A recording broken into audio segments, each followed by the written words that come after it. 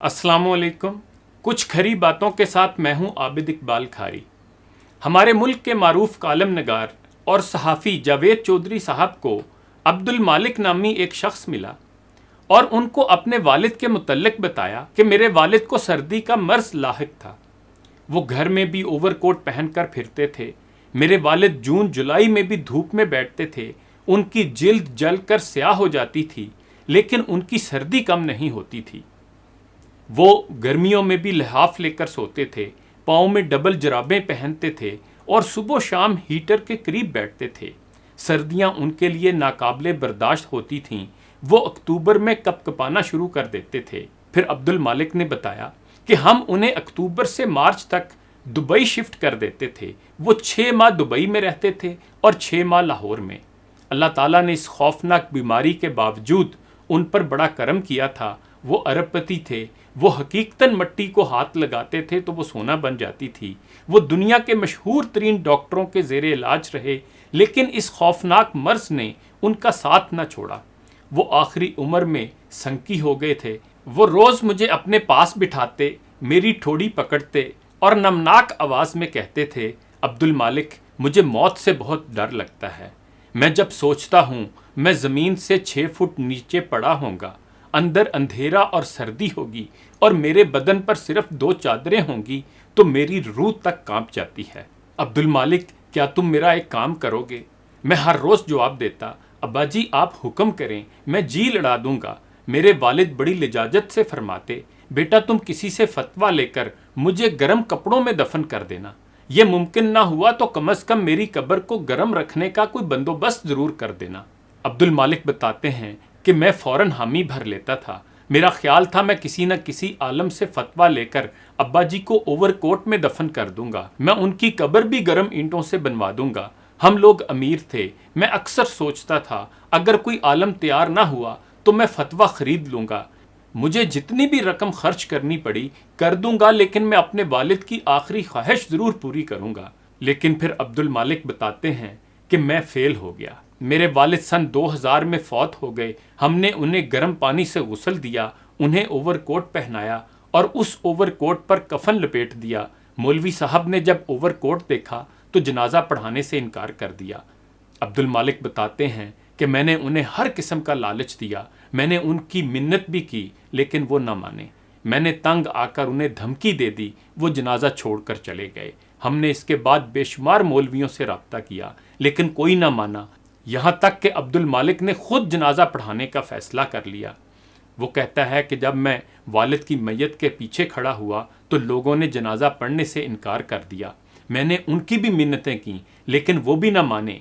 वालिद की कब्र का इशू भी बन गया। मैं कब्र में इंसुलेशन करना चाहता था, लेकिन लोगों ने एतराज़ शुरू कर दिया। पूरे शहर का कहना था कब्र हमेशा अंदर से कच्ची होती है। फ़िरऔनों के अलावा आज तक किसी शख्स की कब्र अंदर से पक्की नहीं हुई।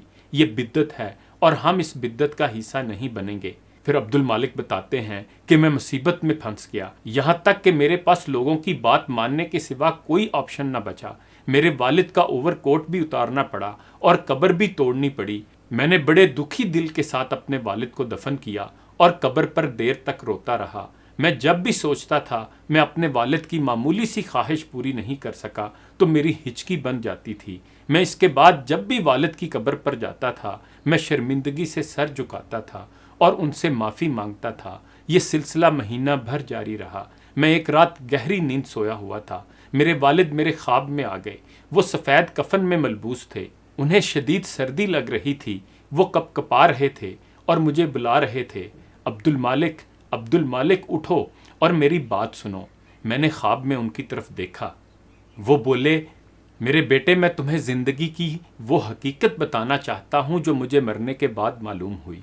अब्दुल मालिक ने अर्ज़ किया, अब्बा जी मैं गौर से सुन रहा हूँ, आप फरमाइए। वो बोले, बेटा मैं अरबपति था। मैं चेक पर खुद दस्तखत नहीं करता था, मेरे मैनेजर करते थे। मैं ज़मीन जायदाद का मालिक भी था और मैं तुम जैसे सादतमंद बेटों का बाप भी था, लेकिन तुम और मेरी सारी दौलत मिलकर भी मेरी एक ख्वाहिश पूरी न कर सके। मैं गर्म कपड़ों और गर्म कब्र में दफन ना हो सका। मैंने इससे अंदाज़ा लगाया इंसान की सारी दौलत और सारी आल औलाद मिलकर भी मौत के बाद उसकी मदद नहीं कर सकती। یہ قبر میں اس کا ساتھ نہیں دے سکتی۔ یہ سب اگر مجھے قبر سے پہلے ایک اوور کوٹ نہیں پہنا سکے تھے تو یہ اس سے آگے کے سفر میں میرا کیا ساتھ دے سکتے تھے؟ چنانچہ میں تمہیں بتانا چاہتا ہوں، دولت وہ ہے جو مرنے کے بعد بھی آپ کا ساتھ دے، اور اولاد وہ ہے جو زندگی کے بعد بھی اولاد رہے۔ اس پر عبد المالک نے عرض کیا، ابا جی آپ کی بات یقیناً ٹھیک ہوگی، لیکن میں یہ سمجھ نہیں سکا۔ وہ مسکرائے اور فرمایا، دولت اور اولاد کو صالح بناؤ، یہ مرنے کے بعد بھی تمہارے کام آتی رہے گی، ورنہ دوسری صورت میں یہ تمہارے امتحان میں اضافہ کرتی رہے گی۔ عبد المالک کہتے ہیں، میں خاموشی سے ان کی طرف دیکھتا رہا۔ وہ بولے، بیٹا میں نے پوری زندگی دولت کمائی، میں اس کا 99% حصہ دنیا میں چھوڑ گیا، یہ 99% حصہ میرے بعد نااہل ثابت ہوا، جبکہ میں نے اس کے 1% سے یتیم اور غریب بچوں کے لیے اسکول بنایا تھا۔ دولت کا وہ 1% حصہ میرے لیے کارآمد ثابت ہوا، وہ میرے لیے صالح ثابت ہوا، وہ آج بھی میرے کام آ رہا ہے۔ اللہ تعالیٰ نے مجھے تم سمیت 6 بچے دیے تھے، میں نے ان تمام بچوں کو پریکٹیکل بنا دیا۔ یہ بچے دنیا دار ہیں، یہ زندگی میں مجھ سے زیادہ کامیاب ہیں، یہ دھڑا دھڑ پیسے کما رہے ہیں، لیکن مجھے آج ان میں سے کسی کا کوئی خاص فائدہ نہیں ہو رہا۔ ہاں البتہ میں نے اپنے خاندان کی ایک یتیم بچی کو تعلیم دلائی تھی، وہ بچی ڈاکٹر بن گئی، وہ ڈاکٹر ہفتے میں 2 دن غریب مریضوں کا مفت علاج کرتی ہے، مجھے ان 2 دنوں کا بہت فائدہ ہو رہا ہے۔ وہ بچی اور اس کے 2 دن میرے لیے بہت فائدہ مند ثابت ہو رہے ہیں، صالح ثابت ہو رہے ہیں۔ چنانچہ میرا مشورہ ہے، تم اپنی دولت کا تھوڑا اپنے اوپر خرچ کرو اور زیادہ کو اپنے لیے صدقہ جاریہ بنا دو، تم مرنے کے بعد بھی خوشحال رہو گے، اور تم اپنی اولاد کو کاروبار کے ساتھ ساتھ ویلفیئر کاموں پر لگا دو، فلاحی کاموں پر لگا دو، یہ فائدہ مند ہو جائے گی اور یہ تمہیں صدیوں تک نفع پہنچاتی رہے گی۔ پھر عبد المالک کہتا ہے کہ خواب میں میرے والد اٹھے، میرا ماتھا چوما اور چلے گئے، میرا خواب ٹوٹ گیا، میں جاگ کر بیٹھ گیا، لیکن میرے والد نے مجھے زندگی کی ڈائریکشن دے دی۔ میں نے اولاد اور دولت کو صالح بنانا شروع کر دیا، میں نے اپنی دولت جمع کی، 10% حصہ الگ کیا، یہ 10% پراپرٹی میں لگایا، ایسے اثاثے بنائے جن کے کرایوں سے ہم اچھی اور پر آسائش زندگی گزار سکتے ہیں، اور باقی ماندہ دولت میں نے اللہ کے نام وقف کر دی۔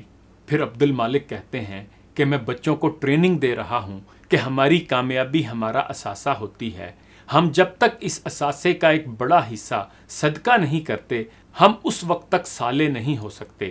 آپ انجینئر ہیں تو آپ اپنی انجینئرنگ کا ایک حصہ اپنے اور اپنے خاندان کے لیے وقف کریں اور دوسرا حصہ صدقہ کر دیں، لوگوں کو اپنے علم اور اپنے فن کے فوائد میں شامل کر لیں، آپ صالح ہو جائیں گے۔ اسی طرح اگر آپ ڈاکٹر ہیں تو آپ لوگوں کا مفت علاج کریں، یہ مفت علاج آپ کی طرف سے صدقہ ہوگا اور یہ صدقہ آپ کو صالح بنا دے گا۔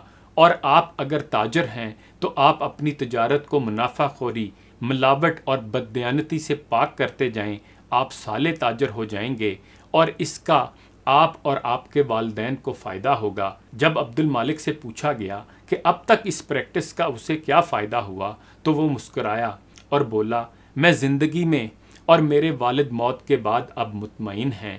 وہ اکثر اوور کوٹ پہن کر میرے خواب میں آتے ہیں، میرے سر پر ہاتھ پھیرتے ہیں اور اونچی آواز میں کہتے ہیں، شاباش عبد المالک، اور میں خوشی سے نہال ہو جاتا ہوں، میں روحانی طور پر مطمئن اور پرسکون ہو جاتا ہوں۔